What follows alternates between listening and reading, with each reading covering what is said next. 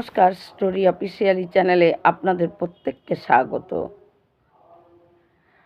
আমি আজকে রামায়ণের একটা ছোট্ট কাহিনী বলবো। রামের থেকেও রামের নাম, রাম নামটা যে সে নামের গুণ বেশি। এটা মহামুনির মুখে ভৃগুমুনি শুনেছিল যে রামের থেকেও তার নামের গুণ বেশি। কিন্তু ভৃগুমুনি মহামুনির কাছে এই কথাটা শুনে তার মনে হয়েছিল যে কি করে এটা সম্ভব, যে স্বয়ং রাম তার থেকেও তার নামের গুণ বেশি। আসলে যদি কেউ নামের আশ্রয় করে, ভগবানের নামের আশ্রয় করে, রাম নাম আশ্রয় করে, স্বয়ং রামও তাকে যদি আঘাত করতে আসে সে সম্ভব হয় না। রামের দ্বারাও কোনো আঘাত করা তাকে সম্ভব না। নামের এতটাই গুণ, তাই নাম হলো সর্বোপরি। নামের উপরে আর অন্য কোনো কিছু নেই। তাই ভগবানের থেকেও ভগবানের নামের গুণ বেশি। সেই জন্যই বলা হয় নাম জপ করো, নাম সার করো, নাম আশ্রয় করো, এই কারণেই। তাই মহামুনি মনে মনে ভাবছিল যে যদি কোনো দিন সুযোগ হয়, রামের নাম যে কতটা গুণ, সেই গুণটাকে আমি ভৃগুমুনিকে সাক্ষাতেই দেখাবো। তাই 14 বছর পরে যখন নাকি রাম, সীতা আর লক্ষ্মণ অযোধ্যায় ফেরে, রামের রাজ্য অভিষেকের দিনে সমস্ত ঋষি, ব্রাহ্মণ এবং প্রত্যেকে আমন্ত্রিত করা হয়েছে। রামকে সবাইকে আমন্ত্রিত করেছে। ব্রাহ্মণ এবং ঋষি মুনি প্রত্যেকে তারা এসেছে রামের রাজ্য অভিষেক দেখার জন্য। এদিকে রাম আগের থেকেই ভাগ করে দিয়েছে তাদের ভাইদেরকে কাজ। ভরতকে আর হনুমানকে বলছে তোমরা এই ঋষি মুনি ব্রাহ্মণ তাদের খাওয়া দাওয়ার ব্যবস্থা সেগুলা দেখবে। লক্ষ্মণকে বলেছে যত ঋষি মুনি ব্রাহ্মণ আসবে তাদেরকে তুমি মালা পরিয়ে দিবে, চন্দন পরিয়ে দিবে এবং দক্ষিণা দান করবে। এই রকম করে যখন কাজ ভাগ করে দেয় সবাইকে, এবং তারা সেইভাবে রামের আদেশ পালন করছিল। সমস্ত ব্রাহ্মণ, ঋষি মুনি, তার সমস্ত ঋষি মুনি সবাই এসেছে এবং ভৃগুমুনিও এসেছে। ভৃগুমুনি একেই প্রচণ্ড রাগী, যে ভগবানের বুকের মধ্যে লাথি মেরেছিল সেই ভৃগুমুনি অল্পতেই খুব রাগ হয়ে যায়। তাই ভৃগুমুনি এসে মহামুনির পাশে বসে। মহামুনির পাশে বসে আর লক্ষ্মণ তার দাদার আদেশ অনুযায়ী যে কাজ তাকে ভাগ করে দিয়েছে, লক্ষ্মণ সেই কাজ প্রত্যেককে মালা পরিয়ে দিচ্ছে, তিলক করে দিচ্ছে এবং দক্ষিণা দান করছে। এই করতে করতে মহামুনিকেও চন্দন পরিয়ে দেয়, তিলক কেটে দেয় এবং দক্ষিণা দেয়। মহামুনির পাশে ভৃগুমুনি, সে আবার সেখানে বসে চোখ বন্ধ করে নাম জপ করছে। নাম জপ করছে তখন লক্ষ্মণ তাকে দিতে যাবে, তিলক পরাতে যাবে। মহামুনি বলে, লক্ষ্মণকে বাধা দেয় যে তুমি দেখছো না এ চোখ বন্ধ করে আছে, তুমি যদি একে তিলক পরাতে যাও তাহলে তোমার স্পর্শ হয়ে যাবে আর সে নড়ে উঠবে, আর সে যখন নড়ে উঠবে তার এই জপ ভঙ্গ হয়ে যাবে, আর তখন সে তোমার উপর রেগে যেতে পারে। তাই তুমি পাশের জনকে পড়াও, আর এ এ হলো থাক, এ যখন চোখ খুলবে আমি তোমাকে ডেকে দিব, তুমি তখন পড়াও। কিন্তু লক্ষ্মণ তাতে আপত্তি করে। লক্ষ্মণ বলে যদি তার চোখ খুলে যায়, দেখে যে তাকে মালা চন্দন দক্ষিণা দান করা হয়নি, তাহলে যদি রাগে, বলে সেটা আমি দেখে নেব। লক্ষ্মণ মহামুনির এই কথায় পাশের ব্রাহ্মণ, ঋষি এদেরকে আবার চন্দন মালা তিলক করতে করতে করতে লক্ষ্মণ এগিয়ে যাচ্ছে, করে দিতে দিতে। এর মধ্যে ভৃগুমুনির চোখ বন্ধই ছিল, কিন্তু মহামুনি তাকে কুনো মেরে তাকে জাগিয়ে দেয়। বলে এখানে কি চোখ বন্ধ করে জপ করা জায়গায়? রামের অভিষেক দেখতে এসেছো, তুমি রামের অভিষেক দেখো, চোখ বন্ধ করে আছো, আর এদিকে যে তোমার অপমান হচ্ছে সেদিকে খেয়াল নেই। বলে অপমান? কোথায় আমার অপমান হয়েছে? বলে অপমান হয়নি, তাকিয়ে দেখো তো কার গলায় মালা নেই, কার কপালে চন্দন নেই, আর কার হাতে দক্ষিণা নেই। এই দেখো আমার দক্ষিণা, মালা, চন্দন সবই দেখো আমার কাছে আছে, কিন্তু তোমাকে লক্ষণ বাদ দিয়ে চলে গেছে। আসলে মনে হয় তুমি নিমন্ত্রণ পাওনি, বিনা আমন্ত্রণে তুমি এখানে এসেছো। হয়তো এটাই হয়তো তাদের নিয়ম, যে যারা নাকি নিমন্ত্রিত লোক এসেছে তাদেরকেই মালা চন্দন দক্ষিণা দিচ্ছে। ভৃগুমুনি একই রাগী, তার মধ্যে মহামুনির এই সমস্ত কথা শুনে তার আরও রাগ হয়ে যায়। সে একদম লাফ মেরে উঠে পড়ে, দাঁড়িয়ে পড়ে। দাঁড়িয়ে রামের এদিকে ব্রাহ্মণরা মন্ত্র উচ্চারণ করে রামকে অভিষেক করাচ্ছে, সেই জায়গায় চলে যায়। রাম, আমি ভাবতে পারিনি যে তোমার এখানে এসে, তোমার অভিষেক দেখতে এসে এখানে আমার অপমান সহ্য করতে হবে, আর এখানে আমার অপমান হবে এটা আমি কল্পনাতেও ভাবিনি। ভগবান রাম, ব্রাহ্মণদের মন্ত্র থেমে যায়। রাম তাড়াতাড়ি করে বলে, হে মুনিবর, কে আপনার অপমান করেছে? আপনি শুধু তার নামটা বলুন। বলে, যদি আমি নামটা বলি তাহলে তুমি করবেটা কি? আমি আশা করিনি রাম তোমার এখানে তোমার রাজ্য অভিষেক দেখতে এসে আমার অপমান হবে, আমি এটা আশা করিনি। রাম বারবার বলছে যে আপনি শুধু নামটা বলুন। তখন বলে যে যদি নাম বলি তাহলে তুমি কি করবে? তখন রাম বলে, যদি আপনি নাম বলুন আমি তাকে প্রাণে মেরে দেবো, এক্ষুনি আমি তার প্রাণ নিয়ে নেব। বলে যে তুমি যেটা বলছো সেটা ভেবে বলছো তো একটু। রাম তখন বলে যে রঘুকুল এর বচন, প্রাণ চলে গেলেও রঘুকুলের বচন নচ্চর হয় না, তাই আমি কথা দিচ্ছি যে আপনার অপমান করেছে আমি তার প্রাণ নিয়ে নেব। বলে, তাহলে শোনো, তোমার অনুজ লক্ষণ আমাকে অপমান করেছে। বলে, লক্ষণ? লক্ষণ কী করে অপমান করলো? কি করেছে লক্ষণ? বলে, দেখো সবার গলায় মালা চন্দন দক্ষিণা, কিন্তু আমার গলায় মালা চন্দন দক্ষিণা কোনো কিছুই আমাকে দেয়নি।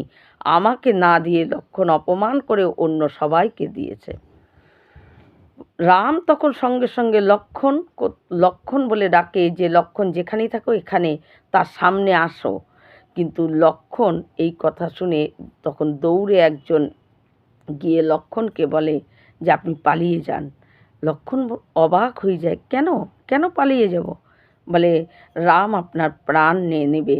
বলে, কেন?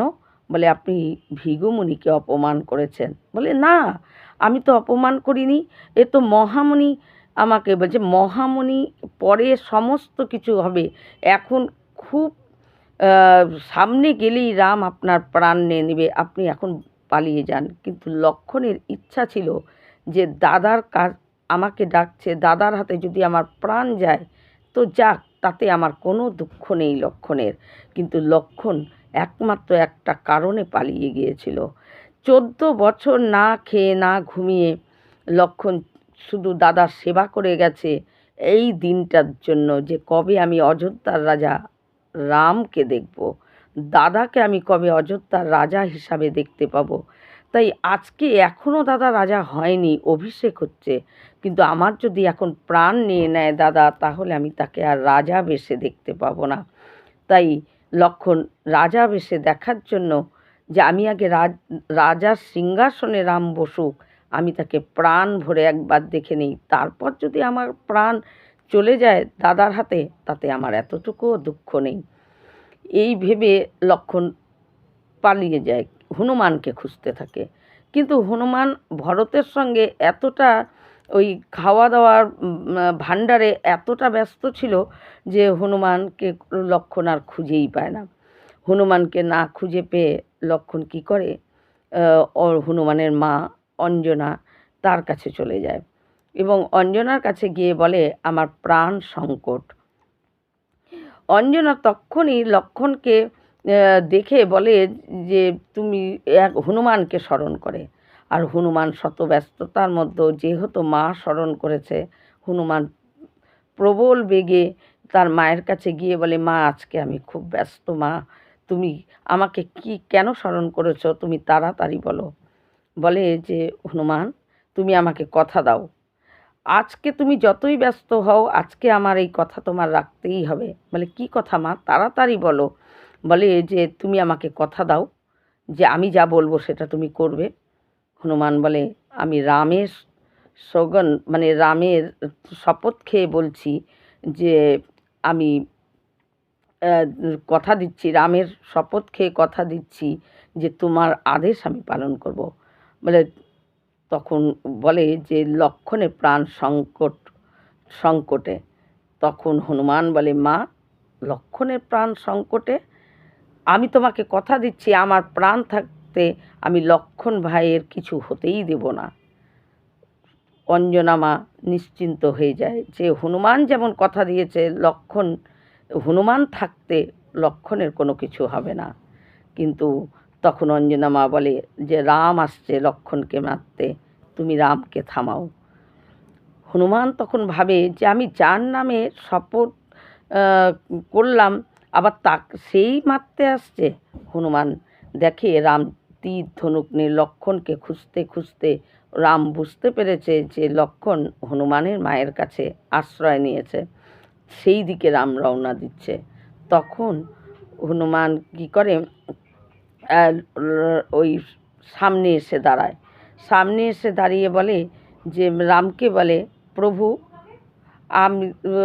আপনি একটু থামেন। কিন্তু রাম বলে হনুমান তুমি আমার সামনের থেকে সরে যাও, তুমি যদি আমার সামনে থাকো তাহলে কিন্তু আমি তোমাকে মেরে এই লক্ষ্মণকে মারতে যাব। কিন্তু হনুমান বলে আমাকে না মারা অবধি প্রভু লক্ষ্মণ ভাইকে মারতে পারবেন না, তাহলে আগে আপনি আমাকেই আগে মারুন। বলে হনুমান দাঁড়িয়ে পড়ে, কারণ হনুমান মনে মনে ভাবে আমি তার দাস, তা এতদিন তার স্নেহ, তার ভালো আদর সমস্ত কিছু আমি দেখেছি, কিন্তু দাস আমার তো তার আজকে আমি আমার প্রভুর রাগটাকেও আমি আজকে দেখছি, এটাও হলো আজকে আমার দর্শন হচ্ছে। হনুমান সামনের উপর দাঁড়িয়ে পড়ে। রাম যখন হনুমানের জন্য বাণ নিক্ষেপ করে, এদিকে চারিদিকে সূর্য চন্দ্র সমস্ত স্থির হয়ে যায়, দেবতারা সবাই দাঁড়িয়ে পড়ে। একই অবস্থা যে রাম হনুমানকে আজকে মারার জন্য উদ্ধত হয়েছে। এই কী অবস্থা, পৃথিবী মনে হচ্ছে যেন রসাতলে চলে যাবে, এই রকম অবস্থা, হাওয়া উল্টো দিকে বইছে। কিন্তু ভগবান রাম হনুমানকে বলে হনুমান তাহলে তুমি প্রস্তুত হও, আমি কথা দিয়েছি ভৃগুমুনিকে যে লক্ষ্মণের প্রাণ আমি আজকে নেবই, কারণ আমার কথা কখনো নচ্চর হবে না। হনুমান বলে ঠিক আছে প্রভু, তাহলে আমাকে মেরেই তারপর লক্ষ্মণকে মারেন। আমিও আমার মাকে কথা দিয়েছি যে আমি আপনার নামে শপথ খেয়ে বলেছি যে আমার যতক্ষণ প্রাণ থাকবে ততক্ষণ লক্ষ্মণের কোনো কিছু হবে না। তাই আমি আমার মাকে যে শপথ দিয়েছি সেইটা আমার রক্ষা করা আমারও কর্তব্য।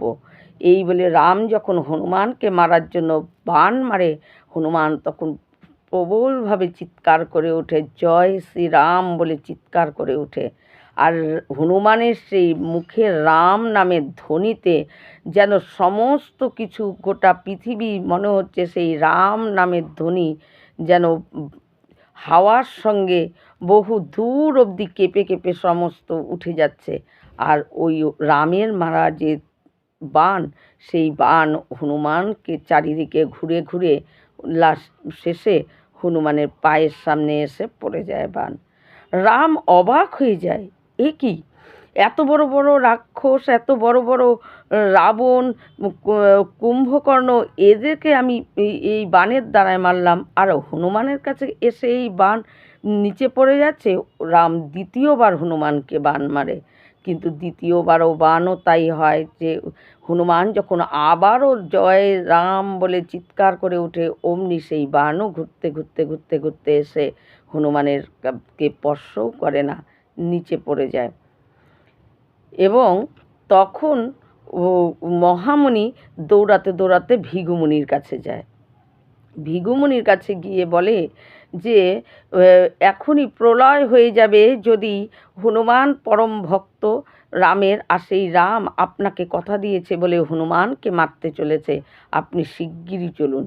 বলে যখন ভৃগুমুনি আসে রামকে বলে রাম তুমি আমাকে যা বচন দিয়েছো সেই বচন তোমার রক্ষা করতে হবে না, আমি সেই বচন উঠিয়ে নিচ্ছি।